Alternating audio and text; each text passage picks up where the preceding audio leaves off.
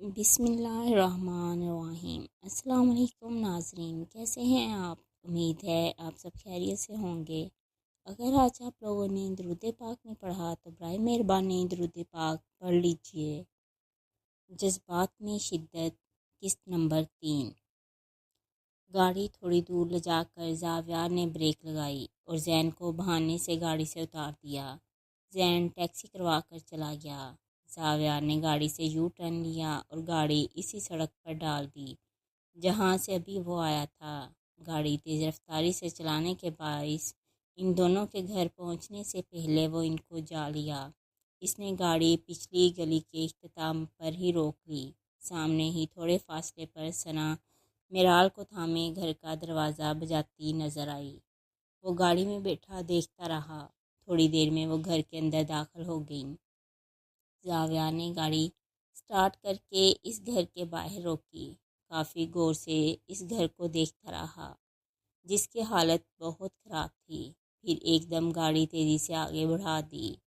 گھر کے قریب ہی ایک چھوٹی سی دکان تھی۔ اکرم جب یہ واقعہ رونما ہوا وہاں موجود تھا۔ بچوں کو چھوڑ کر وہ موٹر سائیکل پر سوار جلد دکان پر پہنچ گیا تھا۔ اب سامنے اسی گاڑی کو دیکھ کر وہ حیران ہوا۔ گاڑی کھڑی بھی میرال کے گھر کے باہر تھی۔ گاڑی کے شیشے کالے سیاہ ہونے سے اندر بیٹھے شخص کو دیکھ نہیں سکا۔ خالہ رشیدہ جو کچھ لینے کی غرض سے دکان پر آئی تھی، دکان پر اکرم کے سرسری بتانے پر چھوٹی سی بات 10 منٹ میں پورے محلے میں دھماکے کی طرح نشر کر دی۔ اور پھر ہمارے پیارے پاکستان کی عورتوں کا ایسے واقعات بیان کرنے کا انداز ہی عمدہ ہے۔ جیسے چکن کو کھانے سے پہلے چٹپٹا مسالہ جات لگائے جاتے، ایسے ہی ایک کی چال لگا لگا کر خالہ رشیدہ نے بھی چٹکے لیے۔ کمل بیگم: خالہ مجھے ضروری کام ہے، آپ سے پھر بات ہوتی ہے۔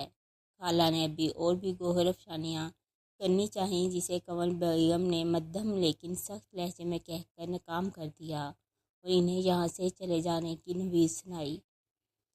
یہ بات خالہ رشیدہ کو اپنی شان میں گستاخانہ لگی۔ اس بے عزتی پر پیر پٹکتی رفو چکر ہو گئی، پر کمل بیگم ابھی بھی میرال کو غصے سے گھور رہی تھیں۔ میرال ڈری سہمی سی کھڑی اپنے ہونٹ بے دردی سے کتر رہی تھی۔ قصوروار نہ ہو کر بھی قصوروار ٹھہرائی جا رہی تھی۔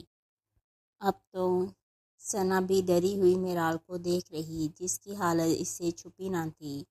آنٹی آنٹی ایک بار میری بات سنیں، مجھے کچھ اور بھی کہنا ہے اس کے میرا مطلب وہاں جو ہوا اس میں میرال کا کوئی قصور نہیں۔ ثنا کی کرنی اب میرال کو بھرنی تھی۔ اسے اپنی غلطی کا احساس شدت سے محسوس ہوا اس پل۔ اس لیے ثنا نے اپنے جرم کا اعتراف کچھ اور غلط ہونے سے پہلے ہی کرنا چاہا، مگر کمل بیگم کے اندر کی کیفیت سے تو شاید یہ دونوں ابھی ٹھیک سے واقف ہی نہیں ہوئی تھیں۔ آنٹی ثنا چلی جاؤ، مجھے کچھ بھی نہیں سننا۔ آنٹی آنٹی پلیز ایک بار۔ کمل بیگم نے ہاتھ کے اشارے سے اسے بولنے سے روکا۔ ایک موقع دیا تھا سچ بولنے کا تمہیں، مگر تم نے نہیں، باہر کے لوگوں نے آ کر بتایا، ہنس ہنس کر۔ لوگوں کی کاٹدار باتوں سے ان کی دبی دبی ہنسی نے میرے غرور کو جلا کر راکھ کر دیا۔ تم سمجھتی بھی ہو کچھ اس بات کی حساسیت کو؟ ان باتوں کی تصدیق کوئی بھی نہیں کرتا، پر کتنی احساس ہوتی ہے ایک لڑکی کی عزت تم تصور بھی نہیں کر سکتی۔ ثنا خاموشی سے یک ٹک ان کو دیکھتی رہی۔ ان کی آواز سے غصہ واضح چھلک رہا تھا۔ اپنی بیٹی کی اچھی تربیت پر فخر سے سر اٹھا کر ان گلی ان کوچوں میں رہی ہوں۔ آج تم دونوں کی وجہ سے سر، میرا غرور، میرا فخر سب جھک گیا۔ نہیں آنٹی، ایسی بات نہیں ہے جیسا آپ سمجھ رہی ہیں۔ میں سمجھ رہی ہوں، میں سنا نہیں باہر لوگ کیسی کیسی باتیں کر رہے ہیں۔ اب کہ ان کی آواز اونچی تھی، لہجہ سخت تھا۔ تمہاری وجہ سے میری بیٹی پر کیچڑ اچھالیں گے لوگ، اس کا کردار مشکوک قرار پایا جائے گا۔ گاڑی اس گھر کی چوکھٹ پر رکی، اس کی زندگی خراب ہو گئی، تمہاری نہیں ثنا بی بی۔ کیا لگا تھا تمہیں میں اپنی بیٹی پر شک کر رہی ہوں، لوگوں کی باتوں میں آ گئی؟ نہیں، مجھے اپنی بیٹی پر، اپنی تربیت پر پورا بھروسہ ہے۔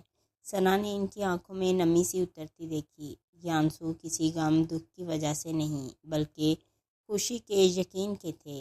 نہ تم اس لڑکے کے منہ پر پیسے مارتی، نہ وہ یہاں تک آتا۔ تم نے ایک مرد کو للکارا ہے ثنا، مرد کے مقابل عورت ہی ہمیشہ ہارتی ہے۔ انجام جانتی ہو بھی ہو اس کا؟ ان بڑی بڑی گاڑیوں میں پھرتے امیر زادوں کے بارے میں تم کیا جانو؟ اپنی آئی پر آئیں تو عورت کی عزت سے بھی کھیل جاتے ہیں۔ ان لوگوں کو اپنی انا بہت عزیز ہوتی ہے۔ کنول بیگم کا ضبط ٹوٹ گیا، آنکھوں سے آنسو بہہ کر رخساروں کو بھگو گئے۔ ثنا شرم و ندامت سے سر جھکائے کھڑی رہی۔ ان کے اونچا بولنے اور غصہ کرنے پر میرال رو دینے کو تھی۔ ان کے لیے یہ معمولی بات ہے، پر ہم جیسے عزت دار لوگوں کے لیے، ہم لوگوں کی عزت ہی سب کچھ ہوتی ہے۔ ہم ان کی برابری نہیں کر سکتے۔ یہ رئیس زادے ہم ایک لمحے میں کچل کر رکھ دیتے ہیں، اور اس معاشرے میں ایک بیوہ اور اس کی بیٹی دونوں کو جن نظروں سے دیکھا جاتا ہے، جو مقام دیا جاتا ہے، جانتی ہو؟ نہیں، تم نہیں جانتی۔ تم کیسے جان سکتی ہو؟ ارے ثنا بی بی، تم تو محسوس بھی نہیں کر سکتی جو ستم یہ معاشرہ ہم جیسی ماں بیٹی کے ساتھ کرتا ہے۔ کتنا مشکل ہوتا ہے ایک بیوہ کے لیے اپنی بیٹی کی پرورش کرنا، اس کی عزت کی رکھوالی کرنا۔ جہاں باپ کی ضرورت تھی وہاں باپ کی کمی پوری کرنا۔ آنسوؤں کا پھندا ان کے گلے میں اٹک سا گیا، ان سے بولا نہیں جا رہا تھا۔ وہ گزرے پرانے وقت کو اپنی آپ بیتی کو سناتی یاد کرتی رو پڑی۔ میرال دیوار کے ساتھ لگی کھڑی، منہ پر ہاتھ رکھے، اپنی آواز کا گلا گھونٹنے سسک سسک کر روئے گئی۔ ثنا کنول بیگم کی حالت خراب ہوتے دیکھ جلدی سے آگے بڑھی اور ان کو سہارا دیا۔ آنٹی آپ پریشان مت ہوں، آپ کی طبیعت ٹھیک نہیں، خود کو سنبھالیں، کچھ نہیں ہوگا، فکر نہ کریں، میرال کو کچھ نہیں ہونے دوں گی۔ کوئی اس کے بارے میں کچھ کہے صحیح، اسے میں دیکھ لوں گی۔ ان کو بٹھا کر ثنا زمین پر ان کے قدموں میں پیر کے بل ٹک گئی۔ آپ بس مجھے معاف کر دیں پلیز آنٹی۔ ثنا ان کا ہاتھ تھام کر منت سماجت کرنے لگی۔ یہ سب میری وجہ سے ہوا ہے امی، میں قصوروار ہوں۔ نہ میں ہوتی نہ یہ سب مصیبتیں آپ پر پڑتیں، میں ہی منحوس ہوں۔ میں منحوس؟ پتہ نہیں میرال کو اچانک سے کیا ہوا۔ وہ روتے، بے دردی سے آنسو رگڑتے، خود کو کوستے بولتی، دونوں ہاتھوں کو اس طرح بھی کیفیت سے مسل بھی رہی تھی۔ اسے دیکھ کر ثنا کو اس کے پاگل ہونے کا شبہ گزرا۔ اس کی فضول بات پر کنول بیگم کو شدید غصہ آیا، پر وہ ضبط نہ کر سکیں، اٹھیں اور آگے بڑھ کر اسے زور سے تھپڑ رسید کیا۔ سورج کی تیز دھوپ گرمی سے ہر کسی کا برا حال تھا۔ آسمان جیسے آگ برسا رہا ہو، اوپر سے سڑک پر رش، مگر ایئر کنڈیشن گاڑی میں وہ اعلیٰ و عمدہ شخصیت کا حامل شخص آرام سے بیٹھا ڈرائیونگ کر رہا تھا۔ گاڑی میں موسیقی میں نصرت فتح علی خان کی خوبصورت آواز گونج رہی تھی۔ سر اور تال کی دھن پر کبھی کبھی سر کو ہلکی سی جنبش دے دیتا تو کبھی گنگنانے لگ جاتا۔ چہرہ ایک پھول کی طرح شاداب ہے، چہرہ اس کا ہے یا کوئی مہتاب ہے۔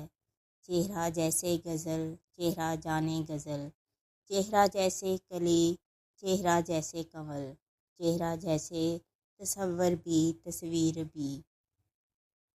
ڈرائیونگ کرتے، ان فکروں پر غور کرتے اسے صبح والا حادثہ یاد آ گیا، کسی فلم کی سین کی طرح۔ آنکھوں کے سامنے اس کا وہی معصوم سا خوبصورت کھلا روشن چہرہ آیا۔ چہرے کی گرد لپٹے کالے دوپٹے نے اس کے حسن کو اور چار چاند لگائے ہوئے تھے۔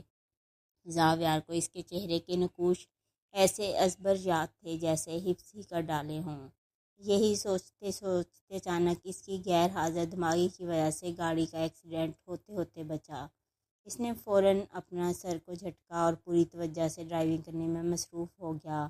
اشارے پر بریک لگائے، وہ اپنی باری کے انتظار میں تھا جب اس کی سماعت سے کچھ خوبصورت اشعار پھر سے ٹکرائے، جن کو سنتے ہی سنتے نہ چاہتے ہوئے پھر سے اس کی یادداشت کے پردے پر اس صنف نازک کی دو بڑی بڑی کالی آنکھیں لہرائیں، موٹی موٹی آنکھیں، ان میں اتری ہلکی پھلکی سی نمی۔ اف، قیامت ہے، قیامت ہے۔ آنکھیں دیکھی تو میں دیکھتا رہ گیا، جام دو اور دونوں ہی دو آتشا، آنکھیں یا میں کدے کہ یہ دو باب ہیں۔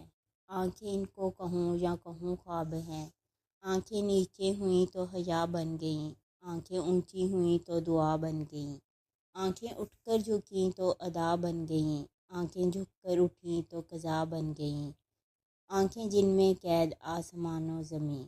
زاویار اپنی ہی دھن میں مگن زیر لب دھیمی آواز میں بولا، ایک پیاری سی مسکان نے اس کے ہونٹوں کا احاطہ کیا، آنکھوں میں الگ چمک تھی۔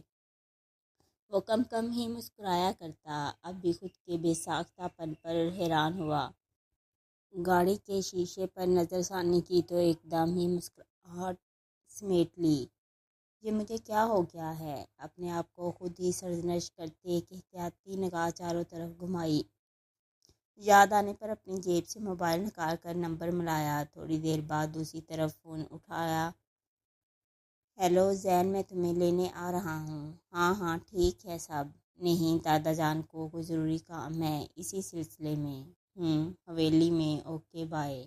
فون بند کیا، پھر کچھ دیر بعد ایک فون نمبر ڈائل کیا۔ فون نہ اٹھایا گیا، 2 بار ڈائل کیا۔ زاویار کے ماتھے پر شکن پڑے۔ ہیلو، السلام علیکم سر۔ دوسری طرف کال ریسیو کی گئی۔ کہاں مرے پڑے تھے؟ میں کب سے فون کر رہا ہوں۔ سوری سر، وہ میری بات کان کھول کر سنو۔ میں جیسا کہوں گا ویسے ہی ہونا چاہیے، کسی کو بھی پتہ نہ چلے، سمجھ گئے؟ جی سر۔ عدل، تم میرے خاص بندے ہو، میرے مزاج سے اچھے سے واقف ہو۔ جی سر، آپ فکر مت کریں، آپ کا کام۔ وہ ابھی بول ہی رہا تھا، اس کی آواز سے بیزار ہوتے زاویار نے اس کی آواز کا گلا گھونٹ دیا اور فون ڈیش بورڈ پر ڈال دیا اور گاڑی کی سپیڈ بڑھا دی۔ دماغ ٹھیک ہے تمہارا؟ کچھ بھی بولے چلی جا رہی ہو۔ ثنا نے سرعت سے آگے بڑھ کر قمر بیگم کو میرال سے دور کیا، جو غصے میں اس پر ہاتھ اٹھا چکی تھی۔ میرال صدمے میں کھڑی فرش کو گھور رہی تھی۔ اسے یقین نہیں آیا انہوں نے اس پر ہاتھ اٹھایا۔ قمر بیگم کو پچھتاوا ہوا اپنی غلطی پر۔ کس نے کہا ہے؟ نہیں ثنا، پوچھو اس سے، کس نے کہا ہے؟ کیا میں نے کہا کبھی اسے؟ کہا، بولو۔ ثنا نے ان کے اور میرال کے درمیان کھڑی ان کو روکنے کی کوشش کر رہی، جو غصے میں نہ جانے کیا حال کرنے والی تھی میرال کا۔ میرال منہ پر ہاتھ رکھے روتے، سر نفی میں ہلاتے نہیں بول رہی تھی۔ نہیں نا، تو کیوں کہہ رہی ہو خود کو منحوس؟ نہیں ہو تم، نہیں ہو۔ قمر بیگم غصے میں چیخ رہی تھیں۔ اگر کوئی ہے تو وہ میں ہوں۔ وہ برداشت نہ کر سکی اور رو دیں۔ روتے روتے نیچے زمین پر بیٹھتی چلی گئیں۔ میرال کو پریشانی نے گھیرا۔ وہ بیمار رہا کرتی تھی۔ اپنی ماں کی حالت دیکھ کر گھبراتی ثنا کو دیکھا، جو اسے ہی گھور رہی تھی۔ ثنا نے اسے غصے سے پچکارتے ان کے پاس جانے کا اشارہ کیا۔ میرال ہمت اکٹھی کرتی آگے ان کی طرف بڑھی، جو زمین پر بیٹھی اپنی بے بسی پر آنسو بہا رہی تھیں۔ میرال کمزور قدم اٹھاتی ان تک آئی، اپنے ہاتھوں کو مسلتے ہونٹ بے دردی سے کترتے ان کے قریب آہستہ سے بیٹھ گئی۔ وہ جو ویران نظروں سے اپنے خالی ہاتھوں کو دیکھ رہی تھیں۔ میرال کے قریب بیٹھنے پر انہوں نے سر اٹھا کر اسے دیکھا، جو سر جھکائے اپنے ہاتھوں میں ان کا ہاتھ تھامے ہتھیلی کو غور سے دیکھے جا رہی، جیسے یہاں کچھ کھو گیا ہو۔ وہ خاموش آنسو بہاتی اسے دیکھے گئیں۔ کچھ پل ایسے ہی گزر گئے۔ اماں، مدھم آواز میں ان کو پکارا۔ اماں، جیسے آپ کے ہاتھ خالی ہیں نا، بالکل ایسے ہی آپ کی اس بیٹی کے ہاتھ بھی خالی ہیں۔ آپ خود ہی تو کہتی ہیں کسی کے نصیب میں خوشیاں ہی خوشیاں ہوتی تو کسی کے نصیب میں میری طرح غم ہی غم، دکھ، تکلیف، مصیبتیں۔